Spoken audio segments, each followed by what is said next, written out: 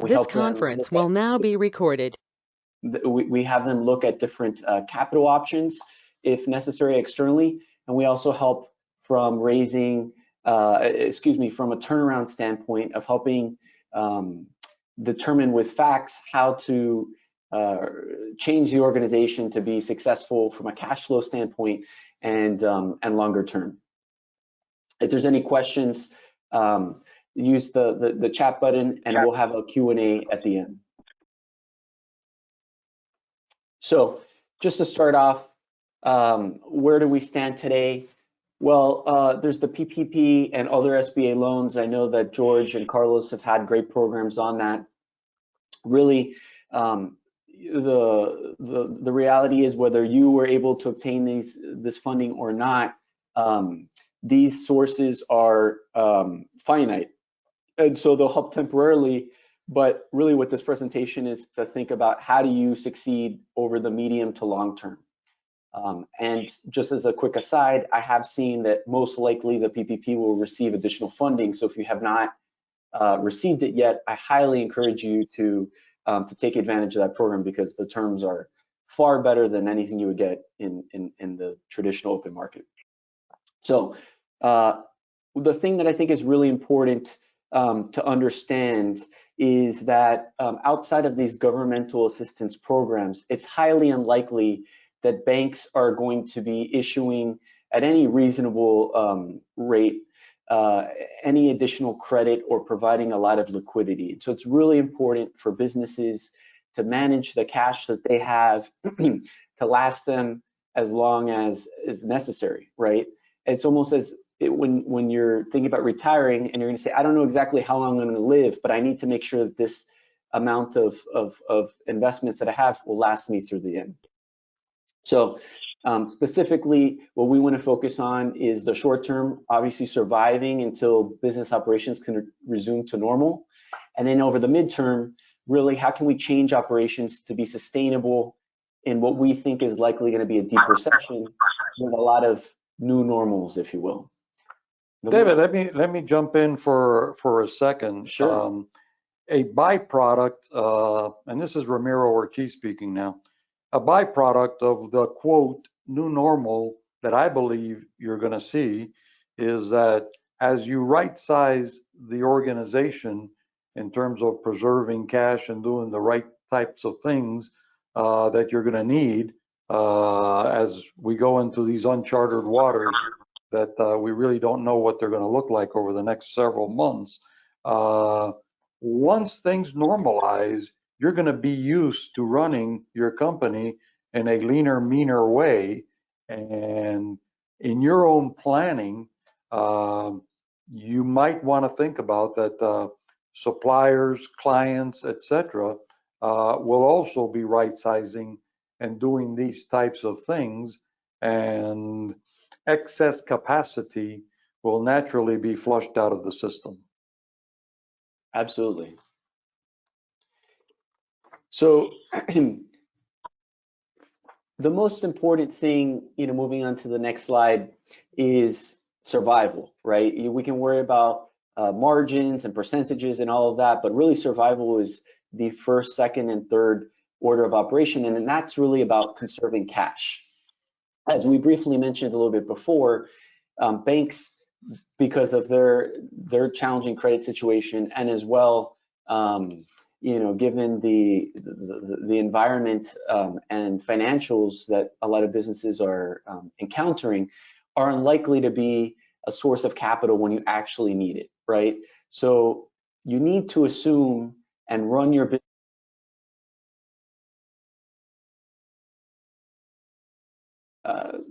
that you're not going to receive any incremental outside funding.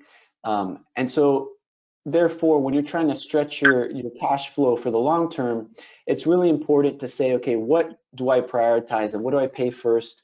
And what are the things that I pay later? Having spoken to a couple of private equity firms that are going through this exercise, one of the things that they've mentioned is they basically have stopped payment on anything that can put them out of business. Now, that might be a little bit extreme, but at least it's a great framing device to say, what are the things that absolutely are necessary so that you can continue operating. For example, first and foremost, should be your employee compensation. Unfortunately, I don't know very many people that will continue coming to work without receiving a paycheck. Similarly, your most essential suppliers. So there likely are certain suppliers that you have that there's no alternatives, and without them, you could not produce what you produce. That's absolutely essential that you keep those current, versus others where it may be a little bit less. And then as we go through, in terms of importance, utilities and landlord are towards the lower end of the spectrum. David, let me jump in again. One thing that I would just add to that is David is absolutely right, and when he talks about stretching cash and preserving cash, but you as leaders and managers need to be cognizant of the fact that while you need to survive, and that's priority number one, there will be life after this crisis. And people, particularly key and valuable people, will remember how you acted or how you didn't act during the crisis. And you don't want to create the situation that you've overreacted, you've made some cuts that maybe you shouldn't have made, and during the time of the crisis, when people don't have other alternatives, they'll stay with you and smile, but this too shall pass. And you don't want to be in a situation where you have upset many of your top performers, and as things normalize, the top performers will have good alternatives, whereas your marginal performers will come right back to you. So balance out the critical moment that you're in, but always remembering that there will be life when things settle back and people will remember what you did. Absolutely. So I think it's valuable to take a quick second and to look at, when we talk about cash flow, what are the levers that you can do immediately to generate cash flow for the business? The way I like to think about it is in two buckets. The first is really reducing the amount of cash that goes out of the business. And the second is increasing cash that's coming into the business. I think it's really important to recognize that accounting profits and cash flow are two separate things, right? So when we talk about the first one, reducing cash outflows, first and foremost, reducing cash expenses, any unnecessary expenses, the subscriptions, whatever it is that that you might be able to cut, obviously will reduce cash outflows. Stretching your accounts payable is another approach. Perhaps you were paying soon, or but now you may want to pay on time, or even stretching it out a little bit on the late side. And as I said, you want to be careful in terms of which ones are your most vital suppliers versus not. Next, deferring capital expenditures and any big special projects or plans that should go on hold. And then, finally, negotiating forbearances on your leases, on your loans. There's many of other programs that are applicable. For example, many insurance companies are doing 90-day forbearance periods. So those are your key levers in terms of cash outflows. On the inflow side, first and foremost, drawing down from your line of credit if you have one, or using a facility like a credit card or some loan that's available to to acquire stuff is one tactic to boost cash inflow. Secondly, improving your accounts receivable, in other words, collecting quicker, making sure that you're collecting as quickly as possible, even if it involves giving a discount to collect earlier. Attempting new business models. So, there's certain people that for whatever reason, their business is not able to run because of restrictions that are being placed. And so thinking about innovative models that can be put into place where you can generate some revenue. For example, a restaurant might maybe doing delivery, etc. Selling or depleting your inventory. So in other words, reducing the amount of new inventory you buy, as well as selling off non-essential assets. So maybe you have a piece of machinery or whatnot. And finally, last but not least, is raising external capital. I think the one thing that's really important to mention with this is, even in the best of times, raising external capital from somebody outside of yourself typically is going to be a lengthy process, often 60 plus days. And so that's something that you need to keep in consideration. So as we go to the next slide, what we'd like to do is basically do a real quick role play. Ultimately, some of these conversations from a forbearance standpoint are going to be a little bit uncomfortable. And so Ramiro and I are going to do a real quick role play in terms of what a good versus a bad conversation would look like. With your banker. With your banker, yeah.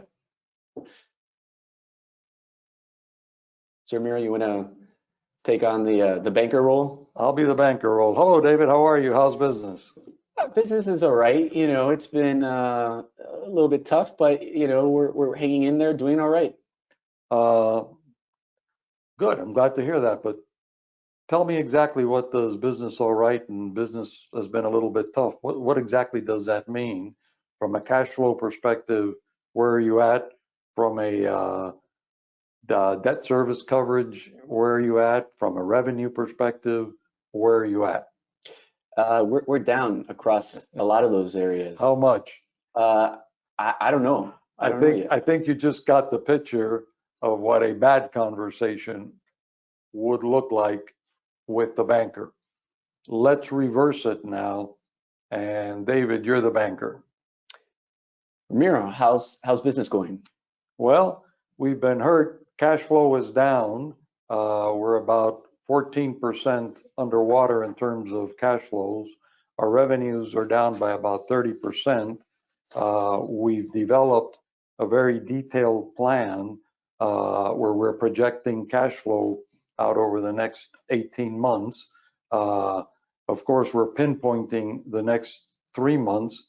We've developed specific benchmarks in where we want to be.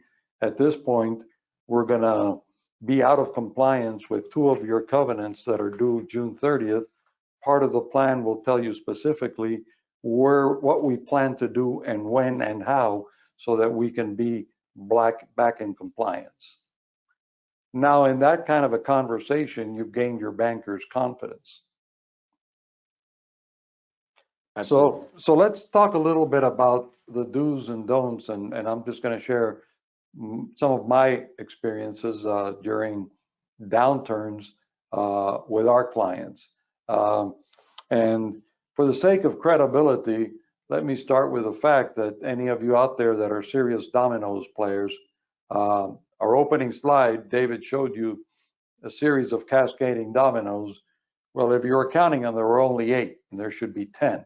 Now, I don't know if David was doing that from a productivity standpoint, trying to conserve pieces, or what, but it should be 10.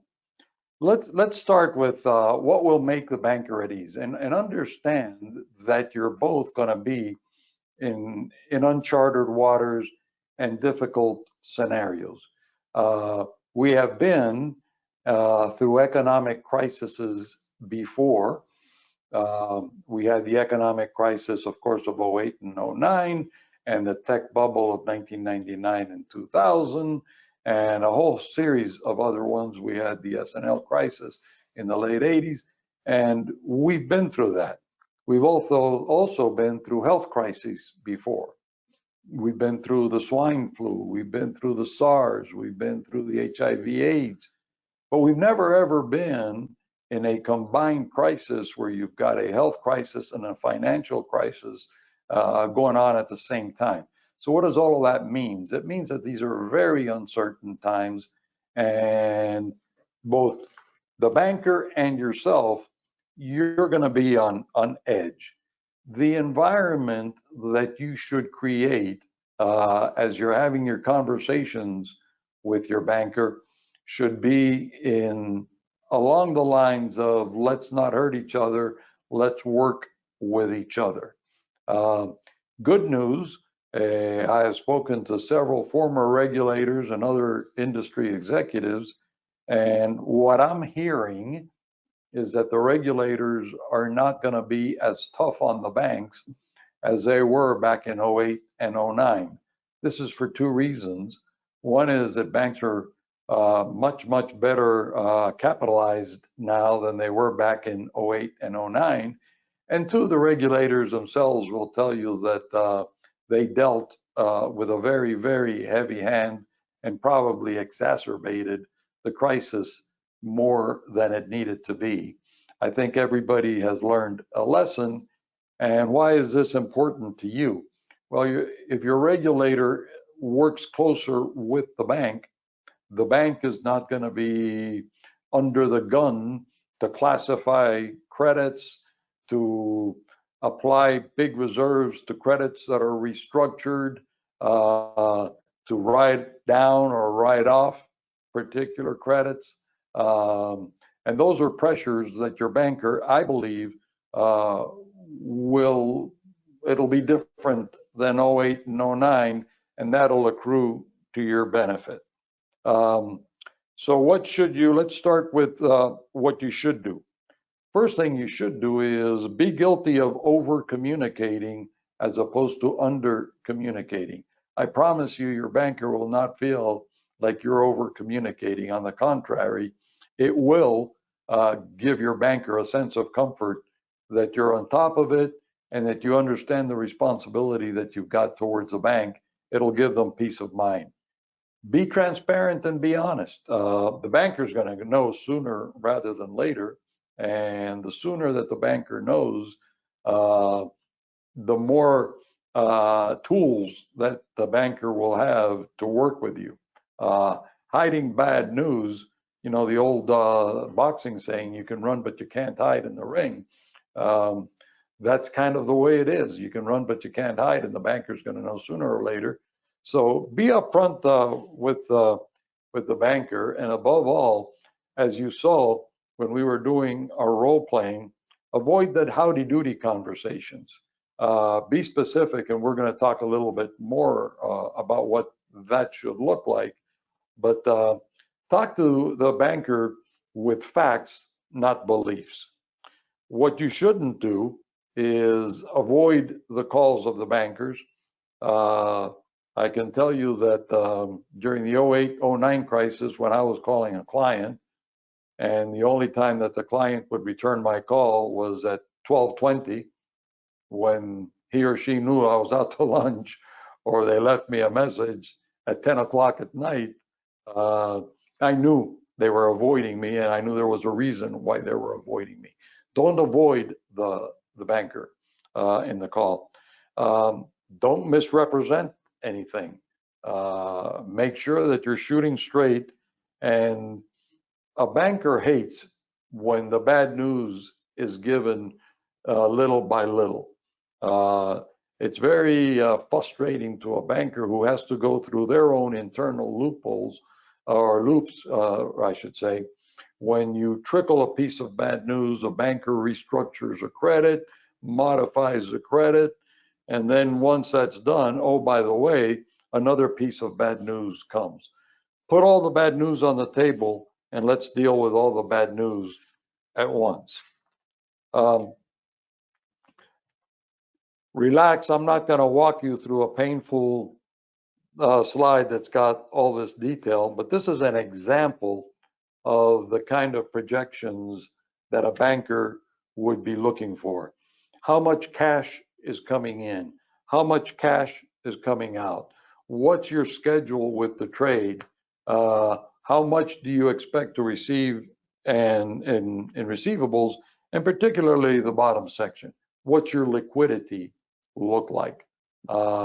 Most companies go out of business not as a shortage of capital, but as a shortage of liquidity. And that's what the banker, take this as a model. These are the types of reports that will give confidence to your banker. Even if they don't look good, the banker will be keenly aware that you're on top of the situation and will have the confidence that you're going to try to save your own hide. What freaks out a banker is if the banker is concerned that you're not sure or you don't know how bad is bad. So besides the cash flow forecast and projection, make sure that you also include, while this is a normal situation, we also have a downside scenario. What if all these good things don't happen? What are we going to do?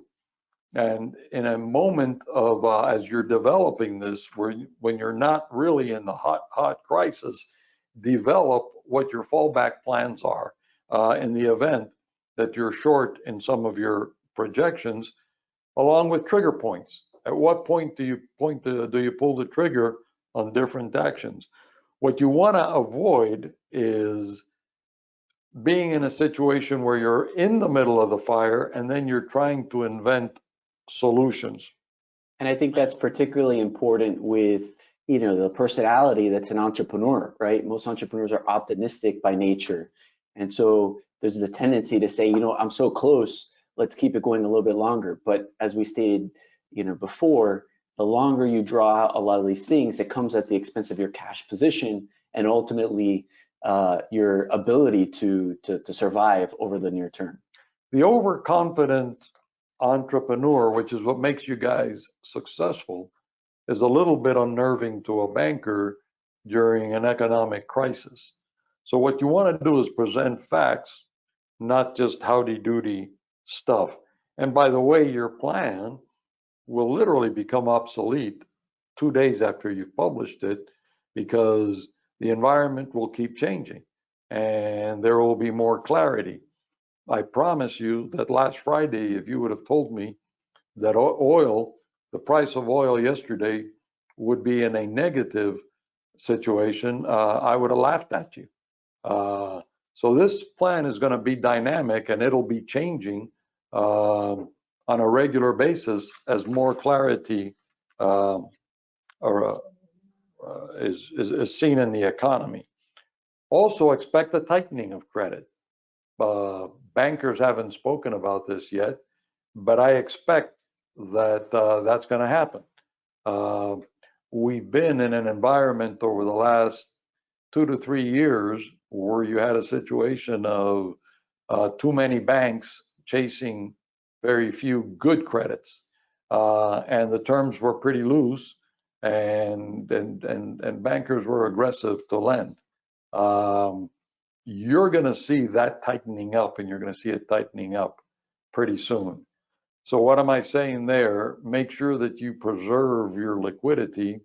If you've got availability in your lines, now's a good time to draw it down, and make sure that you keep a lot of dry powder in your chest, because that's what's going to get you through all of this. Ramiro, why don't we talk a little bit about some of the different options, to the extent that you can't make a payment with, either a landlord or a lender. What are some of the different typical tools that you could use?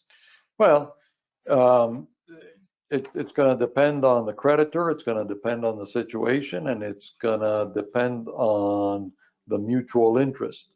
You can enter into a period of forbearance. You can enter into a period of interest only. There are a lot of creative ways that you can work with your creditors. You can add payments at the back end of the term of the loan.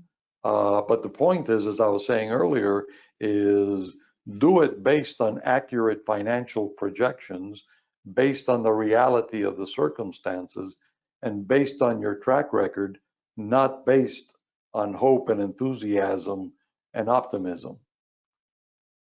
Sure.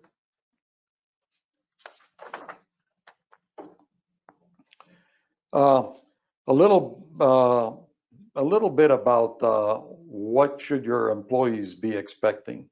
A mentor of mine told me many years ago, and it was one of the best pieces of advice I ever got, and I'll pass it on to all of you. When you're a CEO, when you're a leader, you're on stage 24 hours a day. You don't realize that. You don't notice that. You've never even thought about that. But I guarantee you your employees do. And I guarantee you that every day you walk into the plant, you walk into the office, depending on how you walk in, who you say good morning to, who you don't, 6 employees are turning around and saying, boy, old Charlie's really come in a bad mood today. Understand that during this period of crisis, panic creates panic and confidence creates confidence. You need to really show the leadership. You walk in, and the more difficult your own circumstances are, the more you need to smile. The more you need to show your workforce that you're in charge, that you've got a plan, that you're confident it's going to work. In the workplace, when the leader is constantly losing his or her cool, yelling, screaming, and so forth, while that person may be taking it out and releasing their anxiety, they're creating enormous anxiety among the workforce. Now is the time to act like a leader. The more difficult the times become, the more you need to smile. Give your employees the confidence that you're on top of everything that's happening. And again, it's also a good time to over communicate with your staff, formally and informally. Most leaders are guilty of under communicating at times of crisis like this. This is the time to over communicate. And it may be informal staff meetings, it may be informal, you'll get the sense of somebody that has anxiety, invite them into your office. Hey, Charlie, what's going on? And sometimes those informal conversations are invaluable because I promise you they'll share them with other members of your team. The thing that I think is important to add here is that procrastination on some of these difficult decisions that unfortunately are going to be, that maybe you may be confronting, is only going to burn precious cash, right? And one of the easiest ways, from my vantage point, to think about it is to really focus on what is the greater good. One of the things that I often hear a lot of executives that have gone through this process is they wish that they would have made the decisions earlier. So it's something I think is important to keep in the back of your mind. And similarly, I think it's really important to remember that success requires change. Doing the same things that you're doing yesterday applied in this new environment is not going to get you to different result. So I think it's really important to not try to force a square peg in a round hole, because too often, and I'm sure you've seen it with some of competitors and other groups, even though their tactic is ineffective, their strategy is just to scream louder. Unfortunately, that just wastes time and resources. So how do you go about cutting? And what I'm about to tell you is probably not very politically correct, but I'll say it anyway. A common mistake that many executives make is we're going to cut everybody 20% across the board. I've never believed in across the board types of things because, let's face it, in an organization, not everybody is created equal. And that's not a reflection necessarily on people, but on functions. My recommendation is that this is the time to do a deep dive on all the activity that takes place in your company. Remember that every single activity that takes place in your company has a cost associated with it. Some of the activity, the employee thinks that it's worthwhile, the supervisor may think it's worthwhile, but it's an activity that was put in 6 years ago to prevent the problem that was out there 6 years ago. You need to analyze all of the activity that's taking place throughout the organization, and then you start going through the cuts. Obviously, when you're doing expense reduction, you've got a third this is fat, and that's an easy decision. And a third, this is bone. I can't cut here, and that's an easy decision. But that middle third, where it's muscle, That's where the real art of management and really understanding the facts about your business, the margins, where's the revenue coming in, where are the expenses going out, what's the alignment between revenue and expenses, and having a clear understanding of those dynamics will give you a clearer picture of where you're going to cut. And it shouldn't be across the board if you want to assure the ultimate success of your company. And this is where the art of management and good judgment needs to come in. You may cut deeper in one area, and you may actually increase in the other. Is that fair? No. But we're talking the survival of the company and the well-being of the entire employee base, and they'll all benefit if the company survives. It's important as you're looking at furloughs and layoffs and so forth, and this is where you need to be creative. Now's a good time to encourage people, and it won't be a very popular decision, but encouraging people to, quote, go on vacation. They're going to look at you like you're from Mars. They're going to tell you that they're already on vacation. They're at home. But these are the kinds of tough decisions that you need to make as an executive, and that your employees have to understand that these are decisions that you're doing for the greater good. Also, it's important that the employees understand that the medicine that you're giving them, you're taking yourself. I was flabbergasted. A company that I know gave a big cut across the board, expense cuts across the board. They whacked everybody's salary by 25%, and the principal increased his by 10%. I'm not going to mention the company because some of you there might know it, but I promise you that when all of this is over, everybody will remember what happened, and the good employees will have options. The mediocre employees will not, and that person will be left with a company full of mediocre employees. So now's the time to exert leadership and managerial skills.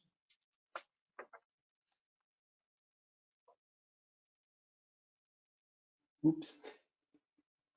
So, one of the things that I think is really important here is, we've been talking about cuts, but there's portions of the business where it's, definitely not in your interest to cut, and you may actually want to invest deeper just from a risk management standpoint. So, first and foremost is cybersecurity, particularly given the amount of people that are working remotely. There's been a dramatic increase in the number of cyber attacks recently. And the reality is this is the absolute worst time for you to encounter something like this financially, operationally, et cetera. So it's something that I think you should be extremely, cognizant of, and, and err on the side of whatever protections you can get.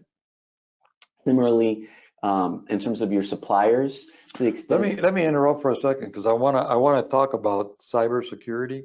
For some reason, it's really being underreported, but I can tell you that I know of 3 companies that have been hacked in the last 2 weeks, and they're severe hacks. The hackers are taking advantage of the fact that most of the people are working from remote locations. Their own personal computers don't have the firewalls, don't have the protection that you all have inside your companies, and hackers are having a field day. And the last thing in the world that you want to do is use the limited cash that you may have to pay ransom to a hacker. So take cybersecurity very, very seriously at this stage. Absolutely. Similarly, when we talk about, your vendors, there's some vendors that are extremely important, that there's not really alternatives, that, you should monitor very closely, both in terms of their financial health, so that you can quickly and proactively find alternatives to make sure that you can continue providing whatever your product or service is. On the customer side, I think it's very important to have a extremely conservative attitude towards credit risk for customers. For anybody that's high risk, really demanding payment up front is something which will obviously help your cash position. And one of the devices which you may want to look into is actually accepting credit cards for some payments you wouldn't ordinarily use it for. Well, there is a fee associated with that. The reduction of credit risk and the acceleration of the cash flow generally makes it well worthwhile. So I want to talk real quickly about the economic environment, and the goal here is really not to scare you, but I think it's really important to prepare yourself. The reality is that the environment that we will be exiting this crisis is going to be dramatically different and unfortunately less favorable than when we entered in February. In February it was one of the strongest economies that this country has ever had. And so I wanted to point out a couple of different, unfortunately concerning data points that we need to take into account. As of last Thursday, the unemployment filings report with 22 million unemployed filings in the past 4 weeks actually equates to about a 16% national unemployment rate. Just to put that into context, at the peak, at one point in time in the Great Recession, it once got up to 10%, but only for 1 month. So we're talking about a dramatically higher number. And the Federal Reserve has actually been projecting unemployment, and one of their estimates shows that unemployment will reach up to 32%, 1 out of 3 Americans, which would be significantly higher than even the Great Depression. So the reality is that there is unfortunately a drag on the economic environment, and you need to position your business accordingly. Wishful thinking and trying to ignore the reality is only going to put you in a weaker position and burn more cash.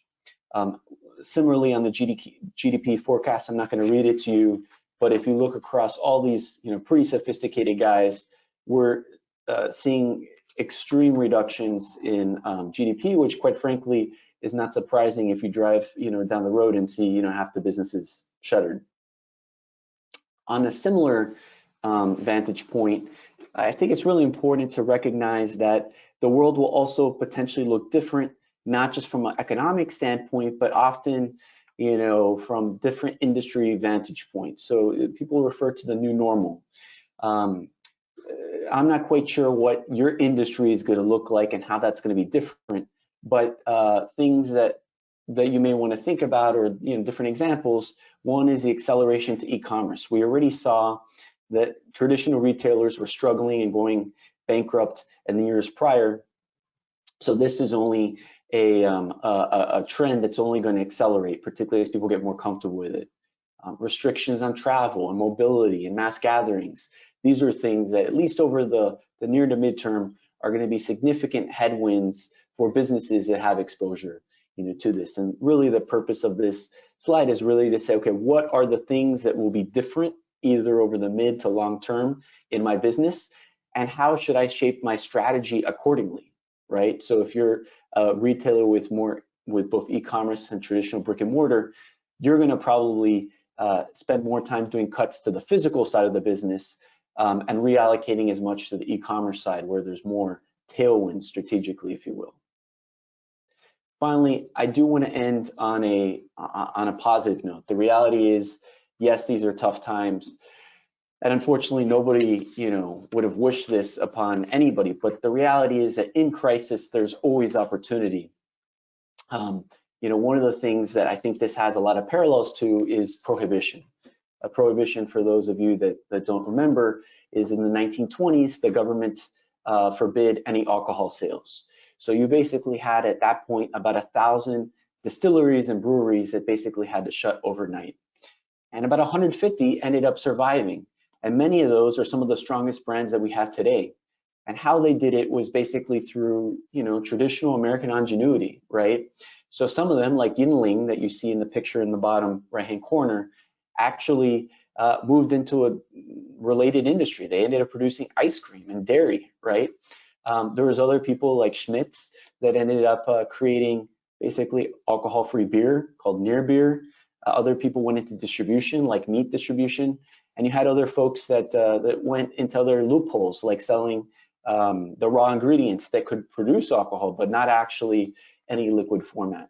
So the real takeaway that I think is important to realize here is, yes, these are challenging conditions, but if you can accept them and adapt, you actually can do quite well. And if you were to think back into some periods of deep distress, those actually were periods where you saw a net increase, sometimes significantly, in the number of millionaires. So with that, I will open up the webinar to questions that anybody may have. I do know that there's one that came into the chat, and basically it says, what happens when you don't know all of the bad news? As we've seen in crisis, we were told to close for 1 week, then 1 month, and who knows how long it is. And from my vantage point, and I'd love to hear Ramiro's perspective, I think that's really where it's really important to have scenarios and to really err on the side of being conservative. So when you think about from a business standpoint, the cuts that you'll do at week 1 are different than the cuts that you'll do after a month.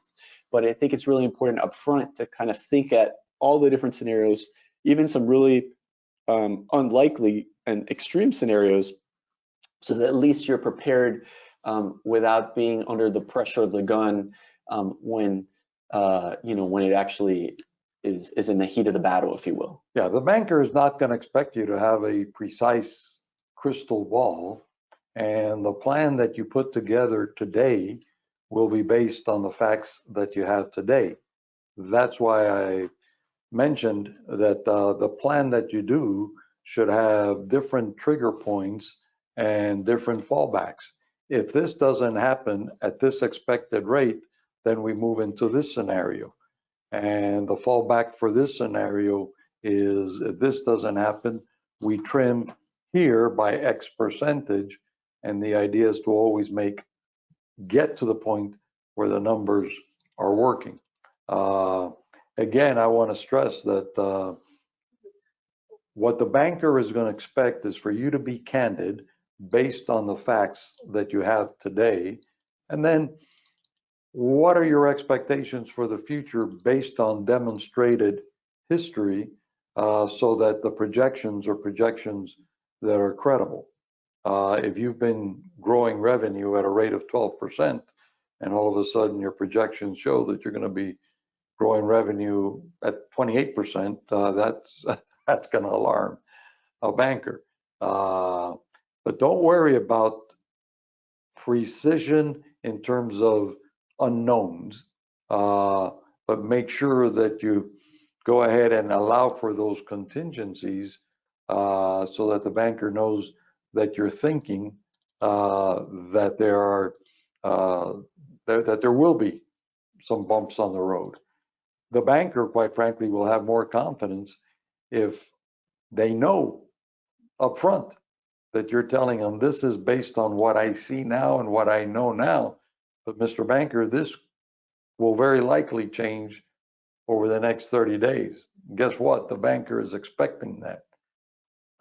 It would probably unnerve the banker to hear anything different than that.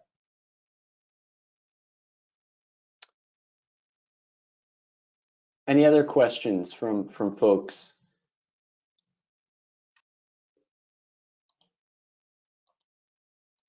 I think that's the only question that came in through the chat, that I just kind of went back here and looked through it, and that is all I saw.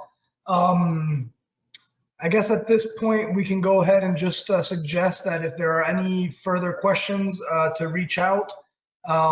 David, if you want to provide your, maybe on the chat there, and Ramiro, if you guys want to provide your email address or phone number or whatever, however it is that you want people to present or to ask the question, I'm sorry. Maybe it'd be a good idea to go ahead and put that in the chat. We'll also make the presentation available to we'll also make the presentation available to on our website so that everybody can view it and download it. And then David, if you just click over to the next slide as well, you'll have our obviously our phone number and website. Yeah, we're having some technical difficulties for whatever reason in terms of. Oh, okay. I think this is the last slide. All right, no worries. Well, I mean, everybody on here should know how to reach out to us, of course. And then, you know, reach out to your HR rep if you have any direct questions. Just a quick reminder that we have a pretty robust COVID-19 response page, and you can go there for a lot of information as well. I think there's one more question that came in here, David, if you want to take that. If you guys have it, it's a great question actually, and I know it's a question on a lot of people's minds. If you have any suggestions on dealing with landlords. Ramiro, you want to start off with that, and then. Well, landlords are expecting that there's going to be a lot of pressure. I was talking to a fellow the other day that owns several shopping centers, and he told me that almost 60% of his tenants aren't paying. Remember what I said earlier, once this crisis is over and we return back to a normal world, people will remember your behavior. And remember, I started my presentation with, let's work in a way that we don't hurt each other. The same approach that I would recommend with the banker should be used with your landlord. It should be communication. Your landlord will see just as well as you the type of activity or lack of activity that's going on in your business. So I would say upfront, candid conversation, and make sure that the landlord understands that you're not looking for a freebie or a giveaway, and put together a plan where at the back end of this crisis, maybe you'll make up for some of the lost revenue to the landlord, because the landlord has their own issues to worry about. They've got debt service coverages and covenants and so forth that they need to meet with the bank. So it's kind of, we're all in this together. Let's all work together and let's not hurt each other. Yeah, and the only other thing I'd add to that is, you know, just as Ramiro said, that the prevalence of, you know, for forbearances or withholding payment is actually quite prevalent in today's, you know, market. And, you know, the really important thing is to be able to show with data that the other side is going to be better off working with you than, you know, actually pursuing their legal recourse. The reality is that landlords don't have a lot of great alternative options right now, because you know, in this environment, there's not going to be a line of people willing and able to rent, particularly at today's rent rates. Most likely, the rent rates that we'll see, you know, the market rates a month or 2 months from now will likely be considerably lower than they are today.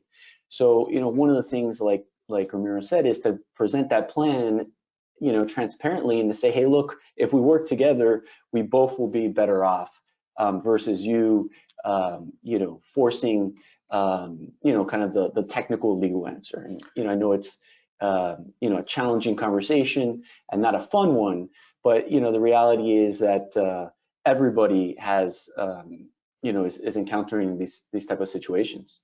What will drive your creditors crazy, whether they're bankers, landlords, suppliers, etc., is if they feel that you're taking advantage of them during this crisis. And again, I warn you that this too shall pass, and you want to make sure that the relation is going to be strengthened during the crisis, not destroyed. Yeah. I do see that there's one more question, but it's really tiny. Tiny in that you can't read it, or tiny in the size of the question? There's a lot of text and it's really tiny. You know, basically, you know, the question is, you know, adaptability and innovation can lead to thriving, but what are the best ideas for financial support during I assume they're referring to the PPP process. One of the things that in theory could be available over the short term, but is currently out of money, is the SBA's EIL loan program. But our understanding is that basically has run out of funding, and is basically dispersing a very limited amount, that they're capped at 15,000 for the largest companies, right? So I think that your best courses of action outside of any personal infusions of capital into the business is really to look at those different levers and to see, even with maybe some heavy discounting, that you can bring in cash into the business. And if there really is a deep need as well, I do think some type of reduction in some of your overhead and salaries may be something that you may need to do. Remember, with the PPP, there is the ability to rehire and not have any penalty, and the specific details you'll obviously need to comply with. But the reality is that from an external funding source, there is nothing that's not government supported that's going to be faster than what the PPP is going to be dispersed. And David, just to jump in real quick, I'm sure several of you have received the news notice on your smartphones, but it just came out a few minutes ago, or maybe about an hour ago or so, that they've reached a deal on an additional, Congress has reached a deal on an additional $450 billion. How much exactly is part of that goes to PPP? I'm not exactly sure. I haven't read through it just yet, but that's expected to be voted on at 4 o'clock. So I think Ramiro or David, one of them mentioned earlier, if you, for whatever reason, were not able to take advantage of the PPP application in the first round, once this second round goes through, we obviously saw, one thing we saw for sure is that it is absolutely to a large degree on a first come first served basis in how the money is being allocated. We've seen a lot of success with local banks as opposed to the big national banks.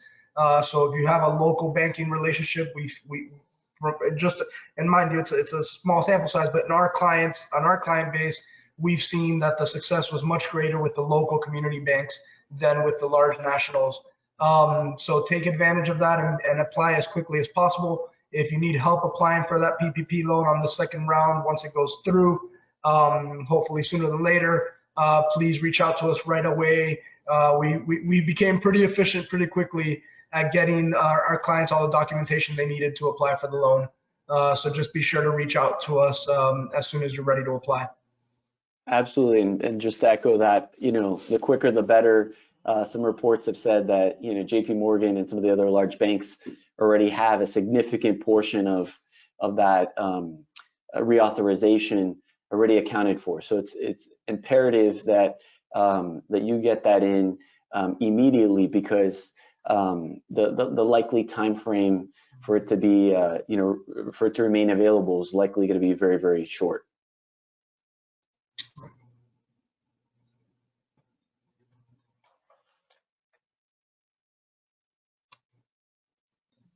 Okay.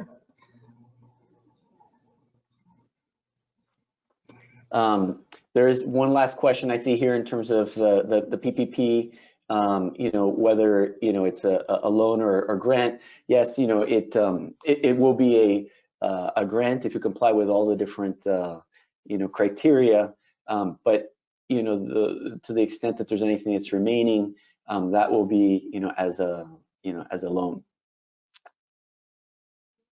Thank you, George, and Regis in particular for having us.